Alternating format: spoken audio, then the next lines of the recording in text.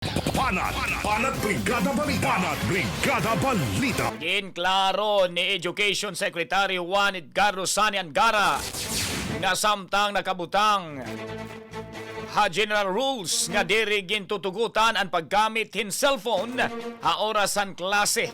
Suportado naman ang Department of Education DepEd ang paggamit hin electronic devices kung iglakip ha PAG-ARAM.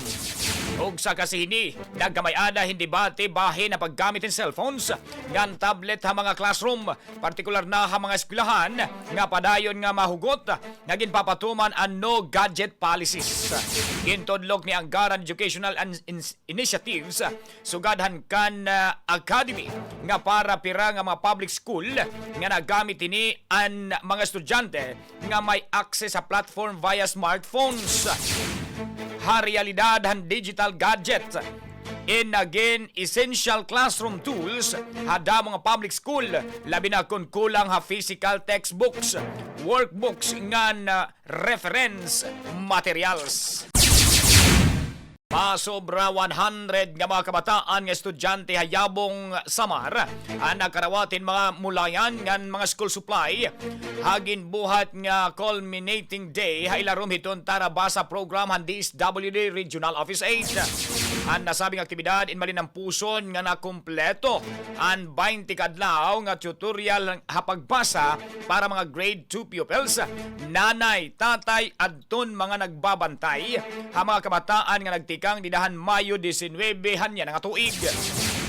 Samtang ang LGU Yabong ang probinsyan SAMAR naman, naghatag hin mga school supply ang mga benepisaryo ginkakalakipan hini hin maabot 1,512 nga college student, 5,040 nga learners, ngan 5,040 naman nga mga kag-anak. Como kabalyo ang sakripisyo mga benepisaryo, nakarawat naman hin panadlaw-adlaw nga sweldo, katumbasan regional daily minimum wage sa 20 kadlaw nga nagtikang didan Mayo 19 nga natapos kakulop nga adlaw Hunyo 13. Patay ang usang senior citizen. Mahuman bumunggo ang iya GINMAMANIHOAN nga motorsiklo ha PUNO hinkahoy ha barangay Pangutdan, ORAS, Eastern Samar.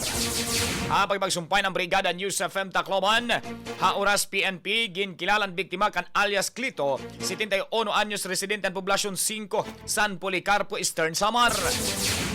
Subay ha report, samtang tiulian biktima sakay ha iya motor, han maglapos iniha linya ha pakurba nga direksyon hinungdanan pagdiretso ini ngadto PUNO ngan didto na Bumunggo. Kanagmita naman ini nga gindara hospital, pero gindeklara ini nga dead on arrival, mahuman mag-angkon hin grabe nga injury. Ang bahaging ito ay hatid sa inyo na Power Cells Herbal Capsule dahil ikaw ang sandigan.